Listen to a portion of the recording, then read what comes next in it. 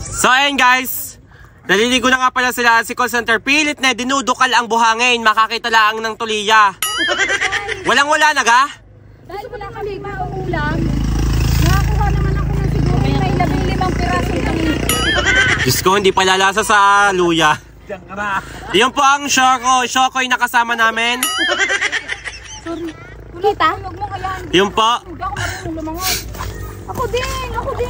Matapos sila mag-sunscreen, kaya naman pala naglagay ng sunscreen, ay magbababad sa initan. Tingnan nyo. Ayan. Si Kulot ho, hindi nyo makikitang maalam lumangoy. Dahil siya ho'y laki sa sa paso. Kaya si Kulot, abot sa hanggang lampas tao. Ayun. Ang Shokoy, langoy. Langoy malala.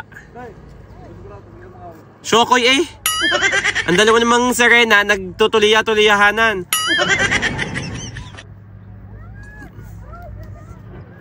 Yan po ang Taal Volcano guys, yan.